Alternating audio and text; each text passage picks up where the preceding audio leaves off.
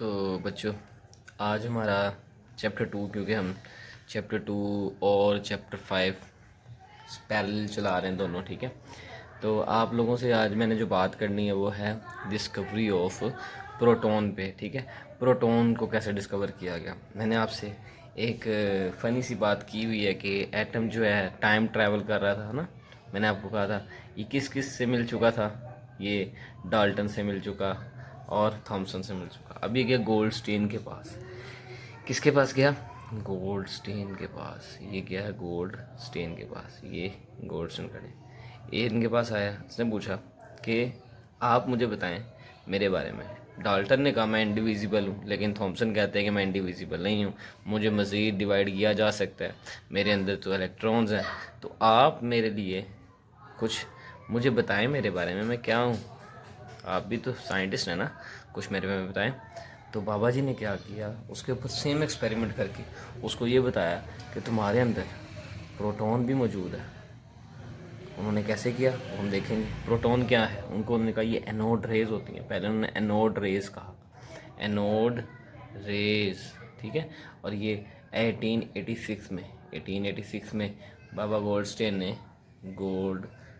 ने एटम को ये बातें बताई कि जो डाल्टन थे वो गलत थे, जे थॉमसन ने सही बात बताई है। मैं भी तुम्हें बताता हूँ कि तुम्हारे अंदर एक प्रोटॉन भी होता है, ठीक है। अच्छा जी, जे थॉमसन ने जैसे एक्सपेरिमेंट करके एटम को एक्सप्लेन किया कि तुम्हारे अंदर इलेक्ट्रॉन मौजूद है, इसी तरह गोल्डस्टेन ने भी एक एक्सपेरिमेंट किया। मैं आपको वो ज़रा ट्यूब छोटी सी बनाएंगे हम, ठीक है। तो देखें ज़रा ध्यान से, ये वही डिस्चार्ज ट्यूब है। मैं इधर इलेक्ट्रिक और मैग्नेटिक फील्ड नहीं अटैच करूँगा आज, ठीक है, क्योंकि हमने जो है बहुत सी चीज़ें और भी डिस्कस करनी है।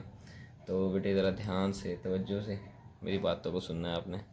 यहाँ पे मैं क्या कर रहा हूँ, एक बैटरी के साथ, ये एक बैटरी में लगा रहा हूँ। ये बैटरी का जो है नेगेटिव एंड है और ये बैटरी का पॉजिटिव एंड है। मैं इधर ये कर रहा हूँ ऐसे, ठीक है जी। और ये यहाँ से अटैच हो रहा है यहाँ पे और ये यहाँ से यहाँ पे। अच्छा, अब यहाँ पे ये एक इलेक्ट्रोड यहाँ पे, एक इलेक्ट्रोड यहाँ पे। जो इलेक्ट्रोड यहाँ है उसको हम क्या कहते हैं, क्योंकि नेगेटिव के साथ अटैच है तो कैथोड होगा। क्या होगा? कैथोड होगा। क्या होगा बच्चों? कैथोड। हमेशा याद रखना, नेगेटिव चार्ज जो है वो कैथोड पे होता है मम्मी। और ये जो है एनोड होगा। क्या होगा? एनोड। एनोड पे अमूमन जो है वो पॉजिटिव चार्ज होता है, ठीक है जी। अच्छा, एनोड और कैथोड। कैथोड पे गोल्डस्टीन बाबा ने क्या किया, उसी तरह उसको परफोरेटेड बना दिया। परफोरेटेड का मतलब क्या होता है? परफोरेटेड एनोड यूज़ किया ना इन्होंने, परफोरेटेड एनोड मतलब जिसके अंदर सुराख होते हैं, सुराखदार। यार ये बार चीज़ें बट रही हैं, आपने उधर फोकस नहीं करना है, मेरी तरफ रखना, ठीक है। वो सोच रहे होगे क्या बच रहा है, हम भी लें बट क्या लेके आए, ठीक है। अच्छा जी, अब इधर क्या हुआ वही सब चीज़ें मैं आपको बताऊंगा जो हमने लास्ट लेक्चर में देखी थी। मैं आपसे बता देता हूँ क्या क्या थी वो बोला। अच्छा, क्या क्या चीज़ें थी। पहली बात, यहाँ पे ना फ्लोरेसेंट स्क्रीन लगा दें, आप लोग बुक में नहीं लगी, आप लोग लगाएं, साइंटिस्ट लोग हैं भैया। कैथोड एनोड आगे, इलेक्ट्रोड आगे, ग्लास की ट्यूब आ गई, इधर वैक्यूम पंप भी लगा होगा। नहीं, बुक में नहीं है कोई मसला नहीं, हम खुद लगा लेते हैं भाई, साइंटिस्ट हैं हम। वैक्यूम पंप भी लगा होगा, सब चीज़ें होंगी। अब सिर्फ उधर और इधर चेंज ये आएगा कि यहाँ पे जो है ना, जो गैस है उसके अंदर से जब इलेक्ट्रॉन हिट करेंगे गैस के दूसरे इलेक्ट्रॉन, तो पीछे क्या रह जाएंगे? इलेक्ट्रॉन हिट किया तो क्या इलेक्ट्रॉन निकलते हैं, तो हमें पता है पॉजिटिव चार्ज आता है। पॉजिटिव चार्ज क्यों आता है? क्योंकि प्रोटॉन बढ़ेगा। अभी जो प्रोटॉन्स हैं कि पॉजिटिव चार्ज वाले हैं, इलेक्ट्रॉन इधर से अट्रैक्ट होंगे कैथोड पे, सॉरी कैथोड नोट कर दिया मैंने गलती से, सॉरी परफोरेटेड कैथोड, ओके। अच्छा, अब ये कैथोड इस सुराख से गुजर के इस पे लगेंगे। जब ये चार्ज पार्टिकल से टकराएगा तो इधर रेडिश पिंक कह लें ग्लो प्रोड्यूस होगा, जिससे पता लगेगा कोई चीज़ है। अच्छा, मैंने ना कुछ इंस्ट्रूमेंट की जो चीज़ें थी वो मैं आपको बता देता हूँ। आप लोगों ने पहले भी सुन ली है लेकिन दोबारा से। एक हमारे पास होते हैं इलेक्ट्रोड्स। मुझे ये अगर नहीं पता ना तो इसी लेक्चर 2 को ध्यान से देख लेना। इलेक्ट्रोड, एनोड और कैथोड, ओके। चलो लिख देता हूँ यार, anode, perforated cathode, clear in case of proton. उसके बाद वैक्यूम पंप, वैक्यूम पंप क्यों ज़रूरी है? वैक्यूम पंप इसलिए ज़रूरी है बच्चों कि हमें प्रेशर कम करना है। प्रेशर कम क्यों करना है? ताकि गैसेस जो है वो मॉलिक्यूल्स, गैस के मॉलिक्यूल्स ईज़ीली मूव कर सकें। क्या कर सकें? मूव कर सकें। तीसरी चीज़ बच्चों हमारे पास थी बैटरी। हाई वोल्टेज देगी। क्या देगी? हाई वोल्टेज देगी। यहाँ पे हाई वोल्टेज क्यों वोल्टेज देगी? जिससे जो है आयोनाइज करना ना, गैस को आयोनाइज करेंगे तभी तो पॉजिटिव चार्ज प्रोड्यूस होगा। ठीक है। उसके बाद चौथी चीज़ थी फ्लोरेसेंट स्क्रीन। दोबारा से बता रहा हूँ, सारा कुछ बता चुका हूँ। फ्लोरेसेंट स्क्रीन यही तो कंफर्म करेगी। ये क्या करेगी? कंफर्मेशन देगी कि यहाँ पे कोई पार्टिकल आके टकरा रहे हैं, कोई पार्टिकल मौजूद है। क्लियर हो गया बेटा? अच्छा, ये तो हमारी कंस्ट्रक्शन में आप लोग लिखेंगे ना, कंस्ट्रक्शन में सेंटेंस बना के, सेंटेंस तो बना सकते हैं, बड़े हो गए ना माशाल्लाह। अच्छा, अब मैं आपको इसका थोड़ा सा इंट्रोडक्शन दे दूँ थोड़ा सा। सबसे पहली बात यहाँ पे लिखते हैं, यहाँ पे, ठीक है, यहाँ पे पढ़ लेते हैं। पहली बात क्या कि ये मॉडल का पेश किया गया 1886 में। किसने दिया था? Gold stand. ओके, इन्होंने बताया कि एटम के अंदर प्रोटॉन भी होता है। ओके, अब प्रोटॉन क्या है? इस कॉन्सेप्ट का बेस क्या था कि एटम न्यूट्रल होता है। Atom is electrically neutral. ये क्या बात है सर? बताता हूँ यार। मतलब इलेक्ट्रॉन और प्रोटॉन बराबर होंगे। क्या होंगे? बराबर। पॉजिटिव नेगेटिव के इफेक्ट को कैंसिल करेगा और चीज़ को न्यूट्रल बनाएगा। क्लियर हो रहा है? चलो, तीसरी बात, ये बहुत हैवी है। प्रोटॉन जो है वो खासा हैवी है इलेक्ट्रॉन से। Proton is very heavy particle, heavy सब एटॉमिक पार्टिकल। क्लियर बच्चों? उसके बाद it is present inside the nucleus. ये रदरफोर्ड बताएगा अभी आगे, लेकिन मैं वैसे ही आपके लिए जनरल, अभी हम एटम को नहीं बता रहे हैं, एटम को हम सिर्फ बता रहे हैं। It is present inside the nucleus.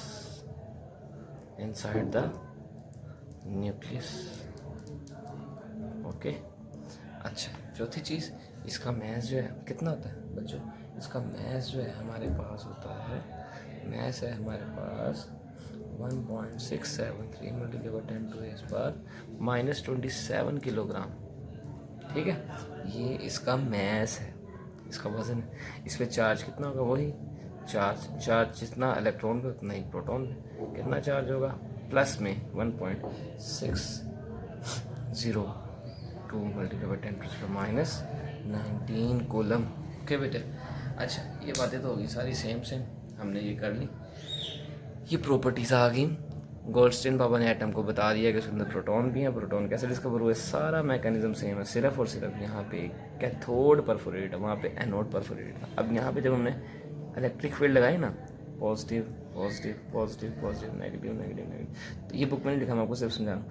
तो जो कैथोड एनोड रेज थी वो जो प्रोटॉन था, इलेक्ट्रॉन था, उसके ऑपोजिशन में गई, यानी कि नेगेटिव की तरफ अट्रैक्ट होगी। हमने क्या देखा था इलेक्ट्रॉन के केस में? क्या देखा था हमने? बताया ना, शाबाश सोचे। इलेक्ट्रॉन के केस में देखा था वो ऊपर मूव कर गया था। ठीक है, यहाँ पे ये नीचे मूव कर देगा। क्लियर हुआ? जिससे पता चला कि इनकी जो नेचर है वो अलग अलग है, वो पॉजिटिव और वो नेगेटिव चार्ज। ठीक है, तो हम लिख देते हैं प्रोटॉन इज पॉजिटिवली चार्ज, क्योंकि ये एनोड से कैथोड की तरफ जाने से एनोड रेज भी कहते हैं, also called anode rays. Okay, और इन्हें कैनाल रेज भी कहते हैं, यानी एक दरिया की तरह निकल रही हैं, बहती हैं। कैनाल रेज है ना, कैनाल जाता है। अच्छा, अब यहाँ तक कोई बात कन्फ्यूजन हो? ये सारा कुछ होगा। बुक में हमने क्या करना है, बुक वाला भी मैं आपको बताया था, देखें यहाँ पे ये इसका इंट्रोडक्शन आ जाएगा, यहाँ से लेकर यहाँ तक। इसकी बेस क्या है? बेस यहाँ से लेकर बता दोगे आप सेम पोजिशन। और ये करना क्या, एक्सपेरिमेंट हुआ कैसे था ये बता देना। एक्सपेरिमेंट क्या था ये यार। अब यहाँ पे एक सवाल बनता है, इस पैराग्राफ में मैं आपको बनवा देता हूँ, हम उसको स्टडी करते हैं, ध्यान से देखेंगे। ओके बेटे, मैंने आपको एनोड रेस की प्रॉपर्टीज़ बता दी, उस पर चार्ज क्या होता है, वो सारी बातें मैंने कर ली। अब मैं आपसे जो है ना बहुत ज़रूरी जो है एक कंसेप्चुअल बात डिस्कस करने लगा हूँ कि जो एनोड रेज हैं जिनको हम प्रोटॉन के नाम से जानते हैं, मैंने आपसे लेक्चर 3 में जो है प्रोटॉन की डिस्कवरी के बारे में बात की है ना, ठीक है, उसी का पार्ट है हमारे पास। सवाल बेटे सुने, Y nature of anode rays depends upon the gas present in the, present add कर लेते हैं इसमें कुछ, present inside the glass tube. अब मैं इसका आंसर तो आपको लिखवा दूंगा, लेकिन जो मेन टॉपिक है ना हमारी बात जो है वो है समझना, ठीक है। मैं आपसे जो है स्टार्ट से बताता हूँ आपको। देखें, मैंने अभी आपको बताया anode rays are produce at low pressure. Pressure क्या होना चाहिए? लो होना चाहिए। रीज़न क्या बच्चों? लो होगा तभी इलेक्ट्रॉन या प्रोटॉन, आप दूसरे अल्फाज में कहते हैं कैथोड रेज या एनोड रेज, ईजीली मूव करेंगी, कोई हिंड्रेंस नहीं आएगी, कोई हिंड्रेंस यानी कि कोई कह लें कि रुकावट नहीं आएगी, रेजिस्टेंस नहीं होगा, इजीली मूव कर देंगे। And high voltage, high voltage क्यों चाहिए? हाई वोल्टेज इसीलिए चाहिए ताकि गैस आयोनाइज हो सके। गैस आयोनाइज होंगी तभी तो इलेक्ट्रॉन निकलेंगे, तभी तो एनोड रेज प्रोड्यूस होंगी। ये बात मैं आपको दोबारा से मैं अब यहाँ पे स्टॉप करता हूँ, मैं आपको आंसर लिखवाता हूँ, लेकिन पहले मैं आपको समझा देता हूँ। देखिए, मैं ना ट्यूब बना रहा हूँ, ग्लास ट्यूब बना रहा हूँ सिर्फ आपकी अंडरस्टैंडिंग के लिए, बाकी आपकी जो मैंने कंस्ट्रक्शन बता दी, ठीक है। अब फॉर एग्जाम्पल बच्चों, मेरे पास है हाइड्रोजन गैस है, इसके अंदर गैस कौन सी है? हाइड्रोजन गैस है, ठीक है, हाइड्रोजन गैस है। अब हाइड्रोजन गैस है, उसकी गैस के क्या होंगे? एटम्स होंगे। एटम्स के अंदर क्या होंगे? इलेक्ट्रॉन होंगे, और क्या होगा? प्रोटॉन होगा। सीधी सी बात है। अब मैं ना, ये गैस है, ठीक है, हाइड्रोजन गैस है, मैं डॉटेड कर रहा हूँ बेटे, ठीक है। अब मैं क्या करता हूँ, इसको ना माइक्रोस्कोपिक लेवल पे ले जाके आपको दिखाता हूँ। चलें जी, माइक्रोस्कोप के अंदर चलते हैं, आ जाइए। हाँ चलें, शाबाश। देखिए अब ज़रा, अब हम इसको बड़ा करेंगे तो क्या होगा? हाइड्रोजन का एक एटम होगा इस तरह से, सेंटर में प्रोटॉन होगा, न्यूट्रॉन होता नहीं है, जो प्रोटियम होता है हमारा हाइड्रोजन, ये भी आगे पढ़ेंगे क्या होता है प्रोटियम ड्यूट्रियम, तीनों आइसोटोप्स हैं, कैसे बनते हैं ये भी बताऊंगा। और एक इलेक्ट्रॉन हो गया, ठीक है। जब हाई वोल्टेज देंगे तो क्या होगा? गैस आयोनाइज होंगी, क्योंकि इलेक्ट्रोड्स जो इलेक्ट्रॉन आगे लगेंगे वैसे हिट करेंगे और इसको बाहर निकाल देंगे। तो क्या आएगा? ऊपर इलेक्ट्रॉन चला गया बाहर, एक प्रोटॉन रह गया, तो चार्ज क्या गया? +1। एक इलेक्ट्रॉन भी बाहर आ गया, ठीक है बेटे। अब ये चीज़ अंदर हो रही है, यानी कि एक इलेक्ट्रॉन जनरेट हो गया और एक पॉजिटिव चार्ज, इस तरह लिख लेते हैं, ऐसे गोल बना लेते हैं इसको, ठीक है जी। अब ये क्या है? हमारे पास इलेक्ट्रॉन है, ये मूव करेगा किसकी तरफ? पॉजिटिव इलेक्ट्रोड यानी कि एनोड की तरफ। ये पॉजिटिव प्रोटॉन है, ये मूव करेगा किसकी तरफ? कैथोड की तरफ, नेगेटिव की तरफ। ये बात बताना आपको ज़रूरी था मेरा। अब मैं आपको बेसिक बात बता चुका हूँ कि होता क्या है, ठीक है। अब मैं चलता हूँ अपने सवाल की तरफ, जो मैंने आपसे कहा कि अगर हम इस, अच्छा उर्दू में हमको उसका मतलब बता देता हूँ। देखो, वो आपसे कह रहा है, वो से मुराद जो है बुक वाला है, मैं नहीं हूँ, ठीक है जी। मैं आपसे सवाल नहीं कर रहा, मैं आपको सिखा रहा हूँ। अच्छा जी, देखिए यहाँ पे सवाल ये है कि अगर हम इस ट्यूब की गैस को चेंज करें, यानी कि अभी हाइड्रोजन है ना, इसके अलावा कोई और गैस, ऑक्सीजन डाल दें, नियोन डाल दें, तो एनोड रेज की नेचर चेंज हो जाती है। ये प्रूफ करें कैसे? वाई, ये क्यों होता है? हालांकि कैथोड रेज की चेंज नहीं होती, वो मैं आपको जस्टिफाई करना चाह रहा हूँ, ठीक है। पहले आपको ये पता होना चाहिए, ये बात समझ आ गई होगी, उम्मीद है। नहीं समझ आई दोबारा सुन लेना यार, समझ आनी चाहिए ये बात। अच्छा, अब क्या हुआ? एक इलेक्ट्रॉन निकला, ये बना, ये बना, इलेक्ट्रॉन निकलेगा, एक इलेक्ट्रॉन निकला, बाहर से इलेक्ट्रॉन निकल गए, सही है जी। ये कैथोड रेज प्रोड्यूस होंगी और ये एनोड रेज, और ये अपने अपने रिस्पेक्टिव, ये जाएगा किसकी तरफ? कैथोड की तरफ जाएगा बच्चों। किसकी तरफ जाएगा? कैथोड की तरफ। और ये जाएगा एनोड की तरफ। सिंपल सी बात होगी, यहाँ तक तो क्लियर हो गया। चलें नहीं, अब अपने सवाल की तरफ। बेटे फॉर एग्जाम्पल मेरे पास ग्लास ट्यूब थी, पहले वाली में मैंने हाइड्रोजन यूज़ कर ली, अब मैं यूज़ कर लेता हूँ neon gas. Neon noble gas है। अगर इसके ऊपर आगे, नोबल गैस मतलब कि नियोन के अंदर कितने इलेक्ट्रॉन होते हैं? 10। शाबाश। पहले में 2, दूसरे में 8, दूसरे में तो 6 आते हैं ना। बोल नहीं रहे आप? बोले हैं, है ना? शाबाश, ऐसे ही।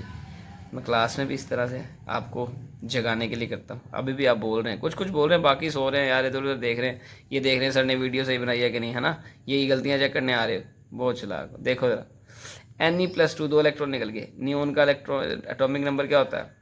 10 होता है। पहले शेल में 1s में 2, 2s में 2 और 2p में बोलो भाई 6, 6 7 एंड 9 10। अब ये आखिर में कितने हैं? 8 हैं। 8 में से 2 निकल गए तो क्या आया? Ne+2 आ गया। ठीक है, अब आप मुझे सोच के बताओ ज़रा, नियोन गैस को जब हम बड़ा करके देखेंगे, नियोन गैस का ना एटम बनाते हैं, पहला शेल 1s 2 इलेक्ट्रॉन या प्रोटॉन है और न्यूट्रॉन है, ओके। दूसरा शेल 1s2 2s2 2p 6। दूसरे शेल में कितने आएंगे? 2 और 6 8 आएंगे ना, 1 2 3 4 5 6 7 8, 1 2 3 4 5 6 7 8 9, 1 2 3 4 5 6 7 8 9 10 पूरे हो गए। ठीक है, ये दूसरे शेल में आएंगे। अब होगा क्या, जब हाई वही आयनाइज करेंगे, हाई वोल्टेज देंगे तो क्या होगा? इसमें से 2 इलेक्ट्रॉन हमने निकाल दिए। कितने इलेक्ट्रॉन निकाल दिए? 2। अब 2 इलेक्ट्रॉन निकल के पीछे इस पर चार्ज क्या आ गया? Ne+2, यानी कि प्रोटॉन बढ़ गए, पॉजिटिव चार्ज आ गया, +2 का चार्ज आया। अब ये जो इसका न्यूक्लियस बनता है, यानी कि ये जो प्रोटॉन एनोड रेज बनेंगी उनकी नेचर और इधर जो एनोड रेज बनेंगी उनकी नेचर क्या सेम होगी? बोलो, क्या इन दोनों की नेचर सेम होगी एनोड रेज की? नहीं, बिल्कुल नहीं। इधर एक प्रोटॉन वाली एनोड रे है, इधर प्रोटॉन जो है वो ज़्यादा है, इस पे चार्ज ज़्यादा है, इस पे +2 चार्ज है, इस पे +1 चार्ज है। क्या ये सेम हो सकती है? नो। तो ये चेंज कैसे हुई? आपने देखा मैंने हाइड्रोजन को चेंज करके नियोन डाला तो सारा मामला चेंज हो गया। लेकिन इलेक्ट्रॉन तो वही है ना, इलेक्ट्रॉन तो बाहर से 1 निकले 2 निकले, इलेक्ट्रॉन तो इलेक्ट्रॉन है, एक एक करके निकलेगा, 1 निकलेंगे 2, अलग अलग से निकलेंगे। लेकिन यहाँ पे न्यूक्लियस से प्रोटॉन बाहर नहीं आएगा। ठीक है, इधर जो है 10 प्रोटॉन है अंदर, वो 10 ही रहेंगे, इधर 1 प्रोटॉन है, 1 ही रहेगा। ये बनने वाली चीज़ें जो हैं एनोड रेज हैं और इनकी नेचर चेंज हो रही है। जब बेटे हम क्या कर रहे हैं, इनकी गैसेस को चेंज कर रहे हैं।